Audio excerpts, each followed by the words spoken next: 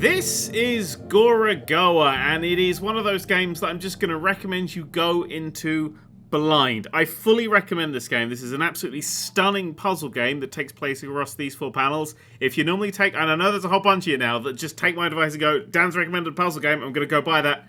Go buy this. Alright, just leave this video behind and go buy it. I recommend you going as blind as possible. I will show the rest of you a puzzle from about a third of the way into the game, just to kind of give you a gist of how some of the mechanics click together. I won't spend too long on this. It is something special. It's kind of the closest thing to it is like Antechamber. It's nothing like Antechamber, but you'll see that there's a bit of a Antechamber, let's say, vibe. If we zoom out of this one, right, so we basically are technically playing as that little kid, I suppose, and he's on his hunt for fruit. He's just got the green fruit. We are now looking for the yellow fruit.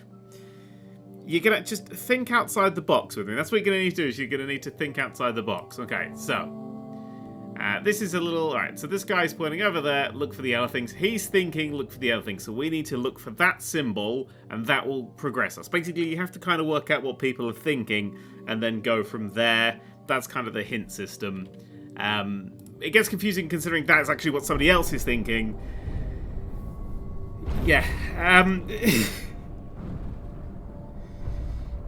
Bear with it. It's get your head around it. You focus. Come on, put your phone down. Focus on this one. Right. So this extra kid here is in the middle of some wall situation. He's just noticed there's something on the moth, a little yellow circle. And the moth has now gone along with the light. Slightly problematic for him. He's going to need to get a light. Now, we can move these panels around, swap them, and put them in any sort of place. This has now become a bit of an afternoony scene. Sometimes, if it's a circle or a doorway, you'll see that that's actually made a hole. And you can sometimes clip things through, but not these. Not these right now. Let's zoom out of here and see what we've got. So what do we have here? We have a wardrobe that features a person grabbing a star and plonking it in the lantern. We have a lantern here, and this looks like a starry place. So if we finger ourselves up, yep, a little star has appeared. If we jam that on there, we have turned the lantern on and eaten that panel. Panels emerge and change, and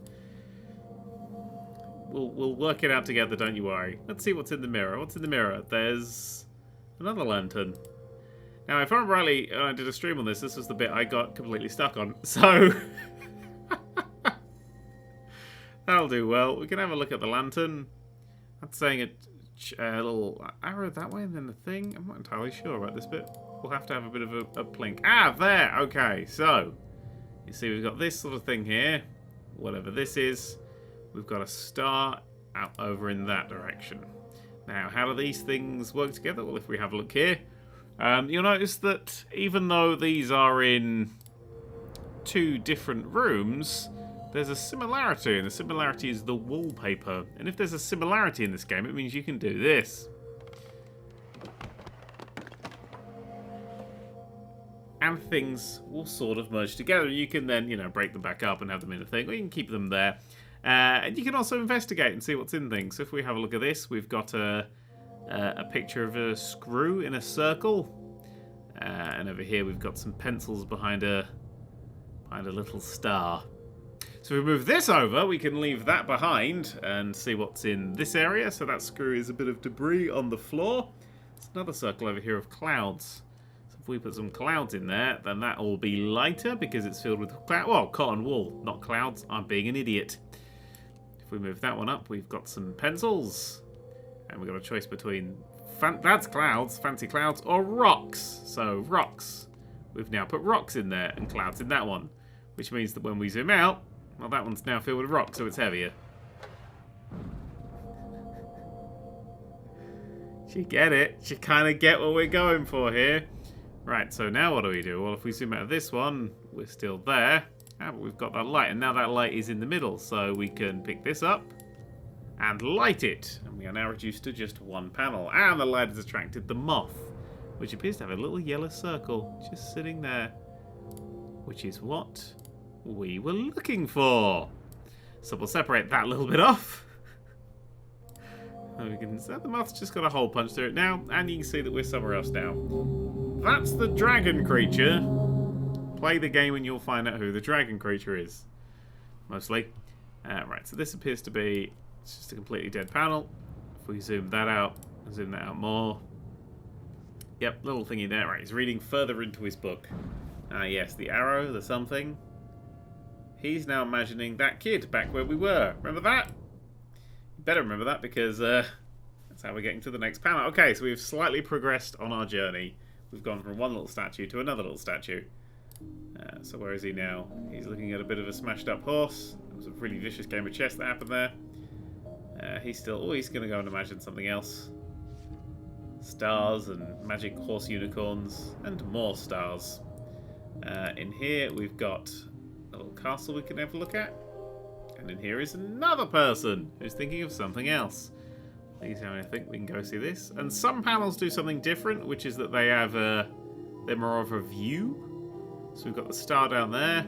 We've got the moon there. They seem to be the distinct things, so we'll keep an eye on those. And over here... Ah, right. We've got the star there. We've got the light there. Bing! Solved the puzzle. Ah, but wait! The moth can't get to the light. So we need the moth to get to the light to find the yellow circle to progress on that kid's journey because he's looking for the little yellow symbols. How do we get that out of there? I can't remember. But I will.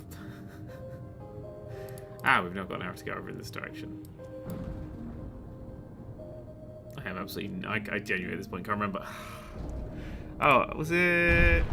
Ah, right. Our rocks are getting dislodged by the stuff that's happening. And that rock can smash through stuff. So we need to get that rock...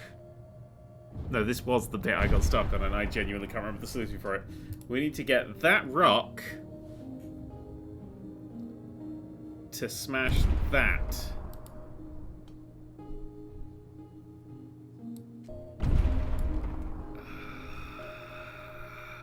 Now, no, I see, I remember a bit, but it's in the wrong order.